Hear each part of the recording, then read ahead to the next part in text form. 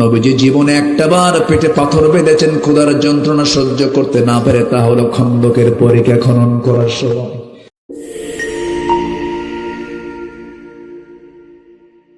আমার নবীজির সামনে একটা আয়াত নাজিল হলো, যে আয়াতটা ছিল আনন্দের আয়াত। সব সাহাবীরা আনন্দ উল্লাস করছেন, আল্লাহ আমাদের উপর রাজি হয়ে গেছেন, দিন পরিপূর্ণ হয়ে গেছে। কিন্তু একজন সাহাবী এই আয়াত নাজিলের সঙ্গে সঙ্গে হাউমাউ করে কাঁদতেছেন। রাসূলকে তারা কি ভালোবেসেছেন। আল্লাহর সামনে, রাসূলের সামনে যখন আল্লাহর আয়াত নাজিল হলো, আল-ইয়াওমা আকমালতু লাকুম দীনাকুম ওয়া আতমামতু আলাইকুম নি'মাতি ওয়া রাদিতু লাকুমুল ইসলাম দীনা। আজকে আমি দিনকে পরিপূর্ণ করে দিলাম, তোমাদের উপরে রাজি হয়ে গেলাম। সাহাবীদের মধ্যে আনন্দের উল্লাস শুরু হয়ে গেছে, সব আত্মহারা হয়ে গেছে আনন্দে। বিদায় হজের ভাষণের সময় আয়াতটা নাজিল হয়, কোন কোন বর্ণনায় পাওয়া যায় সবাই হাসতেছে, আনন্দ করতেছেন, কিন্তু বয়োবৃদ্ধ জ্ঞানবৃদ্ধ সাইয়েদনা আবু বকর সিদ্দিক রাদিয়াল্লাহু আনহু সামনে নাই, নবীর সামনে তিনি নাই, আড়ালে গিয়ে হাওমাও করে কাঁদতেছেন। সাইয়েদনা আবু বকরের কান্নার আওয়াজ এক সাহাবীর কানে চলে গেছে। সেই সাহাবী গিয়ে বলছেন, ভাই আবু বকর, চোখে পানি কেন? রাসূল তো আয়াত, এমন একটা আয়াত দিলেন আমাদের সামনে, ওহী নাজিল হয়ে গেছে, আল্লাহ আমাদের প্রতি রাজি হয়ে গেছেন, সন্তুষ্ট হয়ে গেছেন, আপনি কাঁদেন কেন? সাইয়েদনা আবু বকর বলছেন, শোনো, ইসলাম তো পরিপূর্ণ হলো, আল্লাহ আমাদের উপর রাজি হয়ে গেলেন, ইসলাম যেহেতু পরিপূর্ণ হয়ে গেছে, আল্লাহ যেহেতু রাজি হয়ে গেছেন, কিন্তু তোমরা কি খেয়াল করেছো নাকি আমার প্রাণপ্রিয় রাসূল আর পৃথিবীতে বেশি দিন বাঁচবেন না। রাসূল দুনিয়া থেকে বিদায় নিয়ে নেবেন। নবীর প্রতি কি ভালোবাসা তাদের মধ্যে কাজ করেছে। আমার নবীজি তায়েফের ময়দানে গিয়ে 3 দিন 3 রাত না খাওয়া ছিলেন।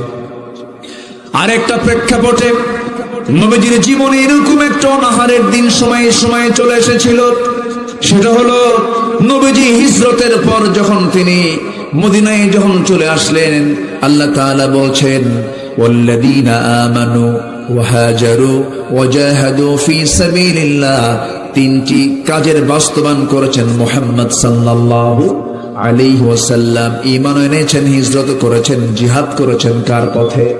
আল্লাহর পথে। বদর পাড়ি দিলেন, উহুদ পাড়ি দিলেন। খন্দকের সময়, ওই খন্দকের যুদ্ধের সময় সালমান আল ফারসি বললেন, ইয়া রাসূলুল্লাহ, আমি জীবনে বহু যুদ্ধ করেছি, আমার মনে হয় ইহুদিদের যে ষড়যন্ত্র, এই ষড়যন্ত্রকে মোকাবেলা করার জন্য, কুরাইশদেরকে গতিরোধ করার জন্য আমার মনে হয় একটা ক্যানেল করা দরকার, একটা খাল তৈরি করা দরকার, একটা পরিখা খনন করা দরকার। নবীজি বললেন, ও সালমান রে, বদর যুদ্ধ কেবল শেষ হলো, উহুদ যুদ্ধ কেবল শেষ হলো, টাকা পয়সা সব শেষ হয়ে গেছে। যুদ্ধ বিধ্বস্ত দেশগুলোর অর্থনীতি ভালো থাকে না খারাপ থাকে? খারাপ হয়ে যায়। নবীজির খাদ্য রসদ নাই, অস্ত্র নাই, মজুদ নাই। সেই সময় রাসূল বললেন, ঠিক আছে সাহাবীরা, যা আছে সব সামান নিয়ে আমরা নেমে পড়ি। 3 মাইল লম্বা নবীজি একটা বিশাল বড় খাল খনন করলেন, পরিখা খনন করতে লাগলেন। আমার নবীজি সবার আগে নিজে কোদাল মেরে পরিখা খননের কাজ শুরু করলেন। 1 দিন না, 2 দিন না, 3 দিন 4 দিন পর্যন্ত নবীজি পরিখা খনন করতেছেন, কিন্তু পেটে চুল পরিমাণ কোনো খাবার যায় নাই, পানি যায় নাই। নবীজি ক্ষুধার যন্ত্রণায় ছটফট করছিলেন, কিন্তু কাউকে বুঝতে দিচ্ছেন না। তার ফলাফল হলো নবীজি জীবনে একটাবার পেটে পাথর বেঁধেছেন ক্ষুধার যন্ত্রণা সহ্য করতে না পেরে, তা হলো খন্দকের পরিখা খনন করার সময়। আমার নবীজি খাবার পান নাই, 4টা দিন পানিও পান নাই। এদিকে পরিখা খননের কাজও করতে হবে, পরিখা খনন করতেছেন ক্ষুধা অবস্থায়। আমার নবীজির পেটে পাথর বাঁধা কেউ দেখে নাই, কিন্তু একজন সাহাবী দূর থেকে লক্ষ্য করে দেখেন নবীজির পেটটা একটু ফুলা ফুলা ভাব। আস্তে করে সামনে এসে বলছেন, হুজুর, আপনি সবার চোখ ফাঁকি দিতে পেরেছেন, কিন্তু আপনার আমার চোখটা ফাঁকি দিতে পারেন না কেন? কি হয়েছে? হুজুর, আপনি ক্ষুধার যন্ত্রণা সহ্য করতে না পেরে পেটে আপনি পাথর বেঁধেছে। রাসূল বলেন, জাবির রে, কাউকে বলতে যেও না, সাহাবীরা আমার কেঁদে কেঁদে অস্থির হয়ে যাবে, কাউকে বলতে যেও না, কাউকে বলতে যেও না। সাইয়েদনা জাবিরকে রাসূল জড়িয়ে ধরলেন, জাবির তুমি আমাকে সত্যি সত্যি ভালোবাসো? এবার জাবির বলছেন, হুজুর আপনার তো ক্ষুধা লাগছে, এখন কি করা যায়? আমার বাড়িতে একটা ছোট্ট ছাগল আছে, আমি আপনাকে খাওয়াতে চাই।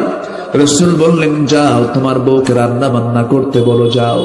তিনি চলে গেলেন বাড়িতে, 5-6 কেজি ওজনের একটা ছাগল জবহ করলেন। জবহ করে বউকে বলছেন, আমার জীবনের শ্রেষ্ঠ দিন, আমার বাড়িতে তাশরীফ আনবেন, রাহমাতুল লিল আলামিন, সুন্দর করে রান্না বান্না করে নিয়ে রে আমার বউ। বউ বলে দিচ্ছে, আমার স্বামী যাবে, ছোট্ট ছাগল যেহেতু রাসূল যেন বেশি লোককে না নিয়ে আসে, কানে কানে বলবেন না, আস্তে আস্তে করে নিন, আস্তে আস্তে করে লুকায় লুকায় তাকে নিয়ে আসবেন। ঠিক আছে। সাইয়েদনা জাবির চলে গেলেন, নবীর কাছে গিয়ে বলছেন, ইয়া রাসূলুল্লাহ রান্না বান্না কমপ্লিট, চলুন আমরা আবার সুন্দর করে আমরা খাবারটা খেয়ে নেব। আপনার প্রিয় খাবার হলো ছাগল এবং রুটি, আপনি সুন্দর করে খেতে পছন্দ করেন, চলুন আমরা খেতে বসি। নবীজি বলছেন, জাবের রে তোমার কি মনে হয় সব সাহাবীকে ক্ষুধা পেটে রেখে আমি নবীজি একা খেতে যাব? আল্লাহু আকবার, আরো জোরে কোন আল্লাহু আকবার। আমার নবীজি বলেন, জাবের রে এমন চরিত্র তো আমার না, আমার চরিত্র হলো আমি সবাইকে আগে খাওয়াই, এরপরে আমি খাই। আমার চরিত্র তেমন নয় আমার সাহাবীরা না খাওয়া থাকবে আমি পেট পুরে খাবো, না না রে জাবির, আমি এমন অবস্থায় যেতে পারি না। এবার জাবির বলছেন, হুজুর আপনি সবাইকে বলতে গেলে কারো খাওয়া হবে না, আপনি কাউকে বলেন না, চলেন হুজুর আমি আর আপনি চলে যাই। আমার নবীজি বলছেন, জাবির তুমি দিয়েছ আমাকে দাওয়াত, দেখো আমি কি করি। আমার নবীজি দাঁড়ায় গেলেন, দাঁড়ায় গিয়ে বলছেন, সাহাবীরা শোনো, জাবের দিয়েছে আমাকে তার বাড়িতে দাওয়াত, আর আমি রাসূল দিলাম তোমাদের সবাইকে জাবেরের বাড়িতে দাওয়াত। যেরকম সুবহানাল্লাহ, যেরকম সুবহানাল্লাহ। নবীজি আগে খাইছেন না খাওয়াইছেন? আর আজকের নেতাগুলো আগে খায় না খাওয়ায়, শুধু খায় না পাচারও করে? বলেন পাচার করে কিনা বলেন? পাচারও তো করে। এই দেশের অর্থনীতিকে পিছিয়ে দেয় নাই কোনো কৃষক, এই দেশকে ধ্বংসের দিকে ঠেলে দেয়নি কোনো কৃষক, দেয়নি কোনো শ্রমিক, দেয়নি কোনো প্রবাসী, দেয়নি। সবাই অশিক্ষিত দেশকে আগায় দিয়েছে, দেশকে পিছায়া দিয়েছে কারা? যারা শিক্ষিত নামের কলঙ্ক কলমের খোঁচা দিয়া, যারা সমাজ জনগণের টাকাগুলো লোপাট করে দেশ থেকে পাচার করেছে। কেনা আমার নবীজি বললেন, জাবের আমি এমনটা করব না, আমি যাব না একা। সবাইকে দিলেন দাওয়াত। জাবের জিব্বায় কামড় মেরে বলে, হুজুর কাম তো সারা, আমার এই ছোট্ট ছাগল আমি সবাইকে খাওয়াবো কেমনে? আলোচনা শুনবেন? আগ্রহ আছে? ওই দিকে কিন্তু একটা আলোচনা বাদ পড়ে গেছে, আপনাদের মনে আছে কিনা জানি না, কি বলেন? হ্যাঁ, ও মনে রাখছেন আপনারা? ওই আল্লাহর ওলি পতিত নারীর যে ঘরের মধ্যে ঢুকলেন, আমি কি শেষ করছি আলোচনা? তো যান কই? ওই ধরেন তো ওনাকে, ধরেন তো, যাই কই, বসেন।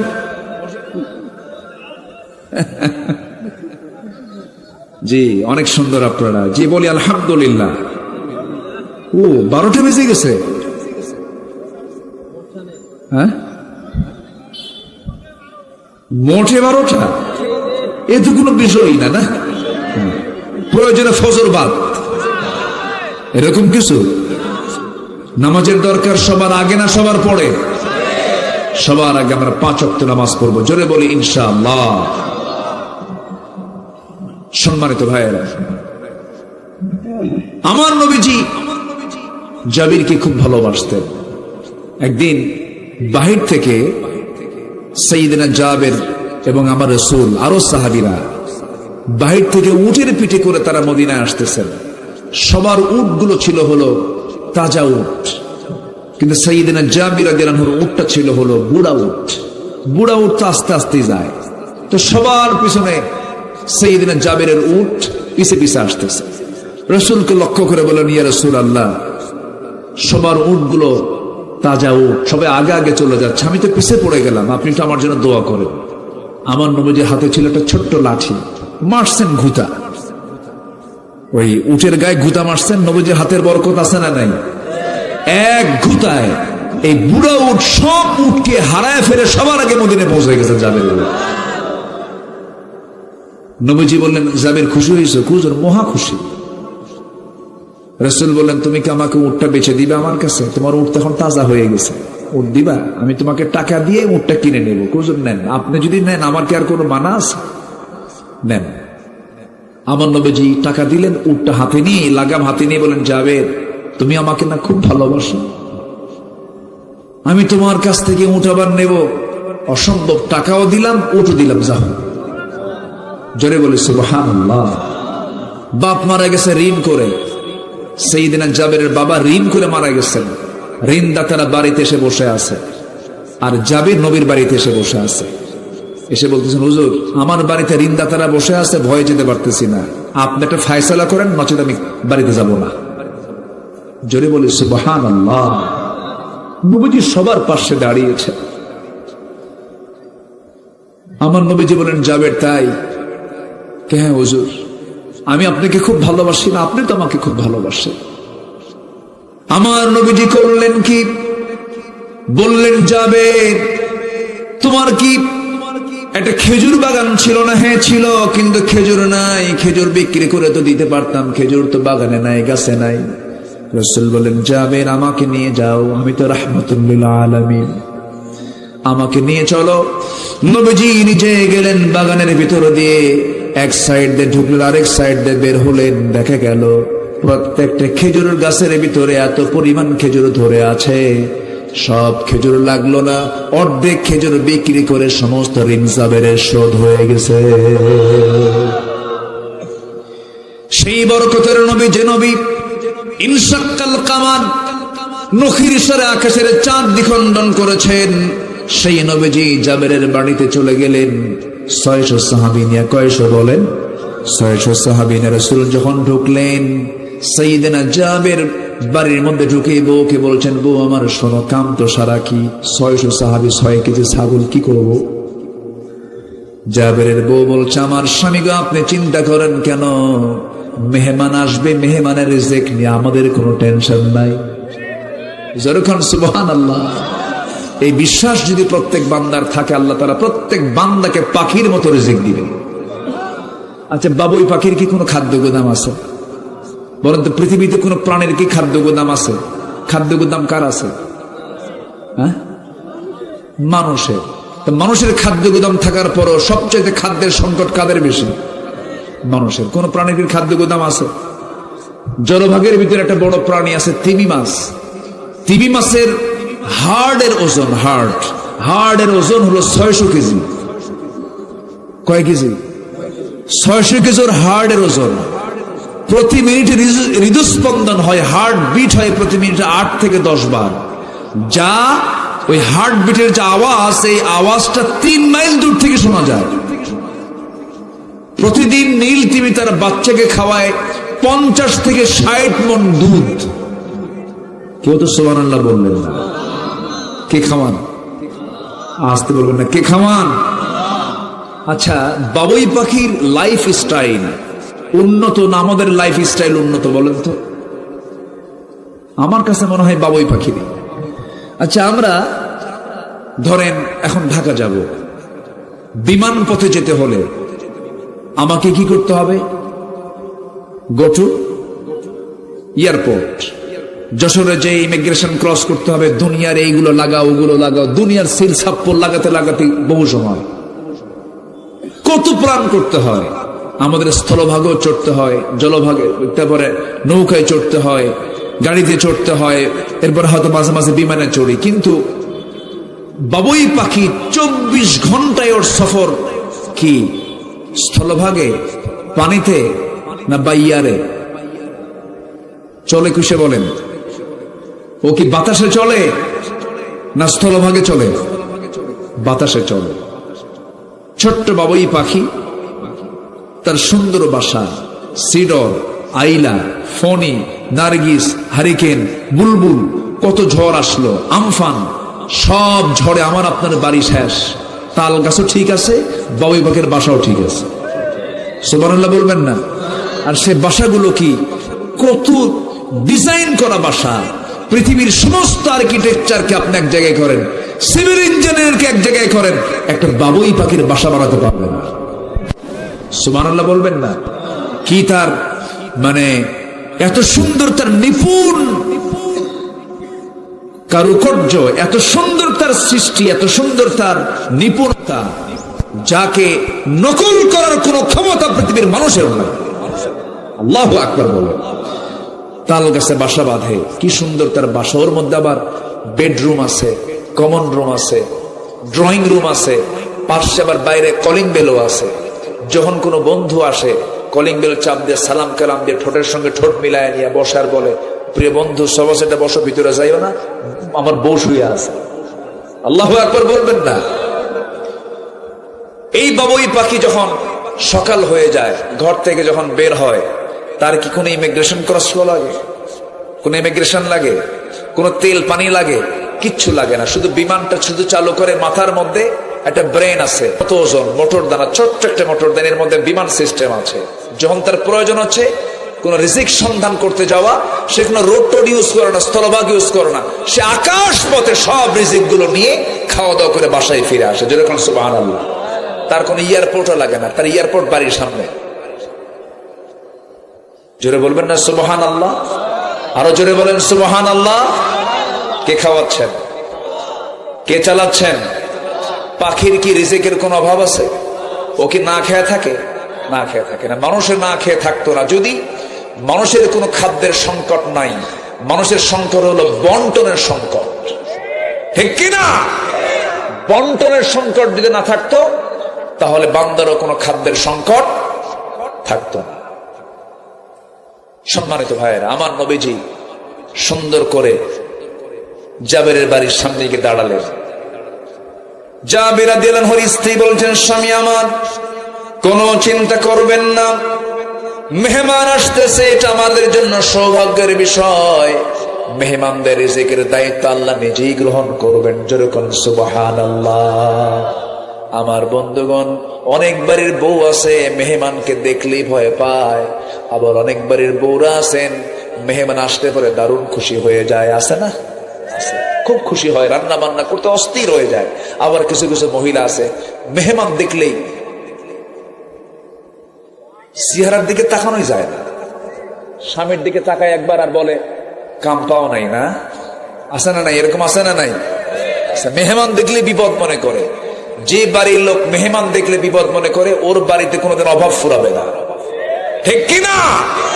আর যে ব্যক্তি মেহমানকে মনে করে না মেহমান বরকত, ওই বাড়ির হাড়িতে খাবার কখনো ফুরাবে না, ফুরাবে না, ফুরাবে না,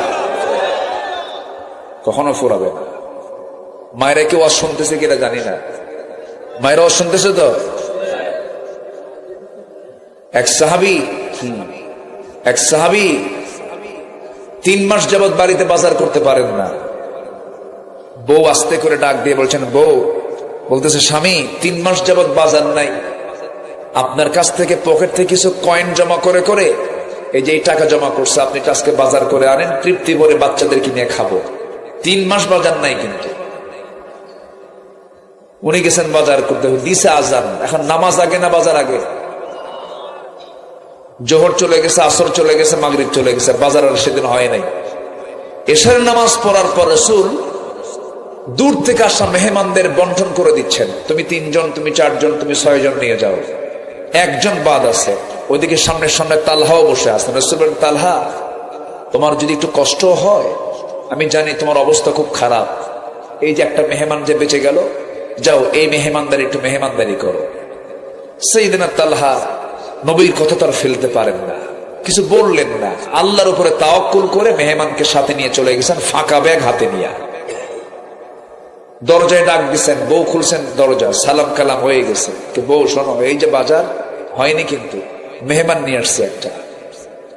স্ত্রী মুস্কি হাসি মেরে বলছে, আলহামদুলিল্লাহ, আমার আপনার বউ হলে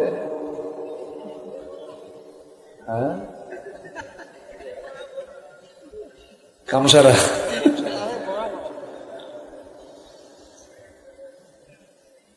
সঙ্গে সঙ্গে বলতেছে, সাহাবী বলতেছে, শোনো, মেহমান তো নিয়ে আসলাম, বাজারও তো নাই, তুমি তো কইলা আলহামদুলিল্লাহ, ভালো কথা, খাওয়াবো কি কও?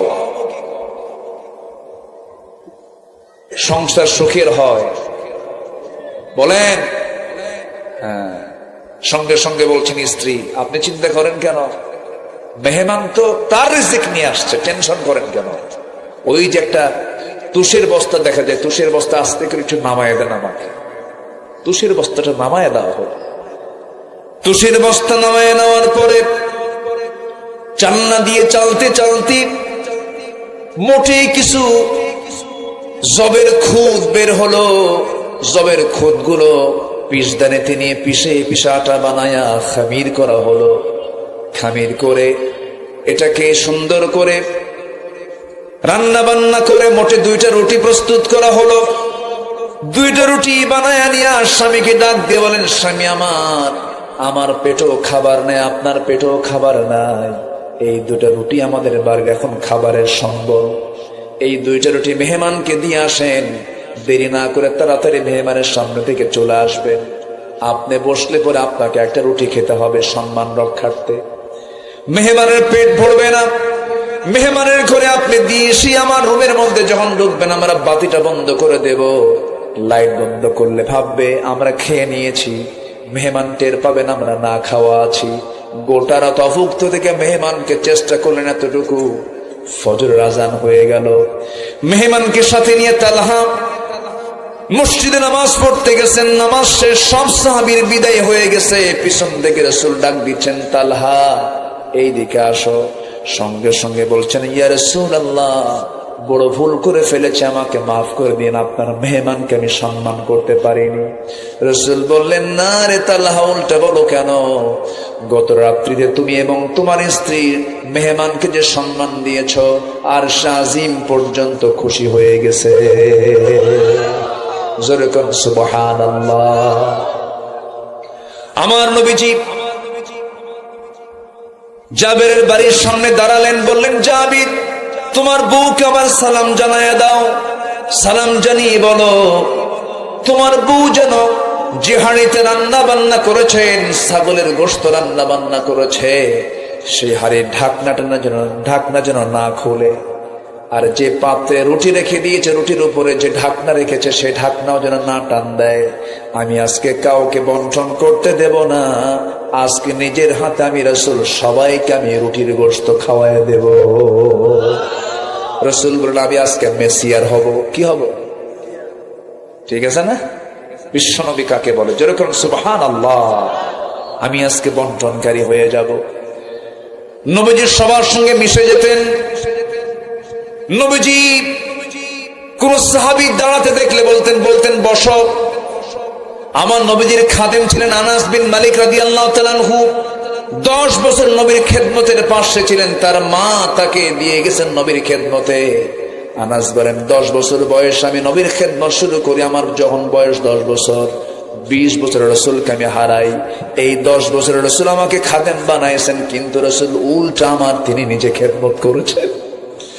আমাকে রাসূল কখনো গ্লাস আনতে বলেন নাই, কাপড় আনতে বলেন নাই, কোনদিন আমাকে কোনো কিছু জিজ্ঞাসা করেছেন এমনটা করেন নাই, বরং রাসূল আমাকে উল্টা খেদমত করেছেন। জোরে কোন সুবহানাল্লাহ। আমার নবীর চরিত্র ছিল এমন, নিজের কাজ নিজে করতেন, নিজের সেলাই নিজে করতেন, নিজের ঘর নিজে ঝাড় দিতেন, নিজের কাজ নিজে করতেন। আম্মা যারা এসে বলেন, রাসূলকে আমি কখন আগে খাওয়াতে পারি না, রাসূল আগে আমাকে খাওয়া দিতেন। রাসূলকে আমি আগে সালাম দিতে পারি না, সহজে রাসূল আমাকে আগে সালাম দিয়ে দিতেন। যেরকম সুবহানাল্লাহ। সাহাবায়ে কেরাম মন খুলে নবীর সামনে এসে বসতেন, গল্প করতেন। এক সাহাবী একদিন রাসূলের সামনে এসে বলছে, হুজুর আমি তো বড় অপরাধ করে ফেলেছি। কি অপরাধ করছো বলো? হুজুর রোজা রেখে আমি স্ত্রীর সঙ্গে সহবাস করছি। সামনে তো রোজার মাস আসতেছে, একটু বলবো অস্ত ফুরায় না কত সারা রাত। আমার নবীজি বললেন, কি করছো সাহাবী? হুজুর আমি তো বড় ভুল করে ফেলেছি, আমি স্ত্রী সহবাস করে ফেলেছে রোজা অবস্থা, এখন কি করা যায়?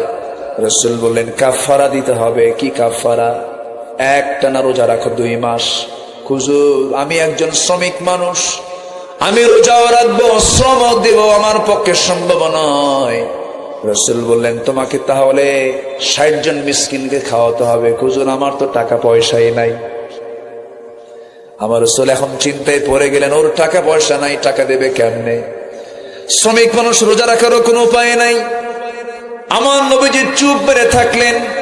কিছুক্ষণ পর দেখা গেল কোন একজন সাহাবী এসে নবীর সামনে 1 কার্টুন খেজুর দিয়ে গেছে, হাদিয়া স্বরূপ দিয়ে গেছে। রাসূল বললেন, ও আমার সাহাবী, বড় একটা ভুল করে ফেলেছো, তুমি সহবাস করে ফেলেছো। স্ত্রী বৈধ হলেও রোজার মাসে রোজার অবস্থায় স্ত্রী সহবাস করা বৈধ না অবৈধ? বলেন এটা কি হালাল না হারাম হবে? হারাম হয়ে যাবে। আমার নবীজি বললেন, প্রথম বললেন একাধারে রোজা রাখো,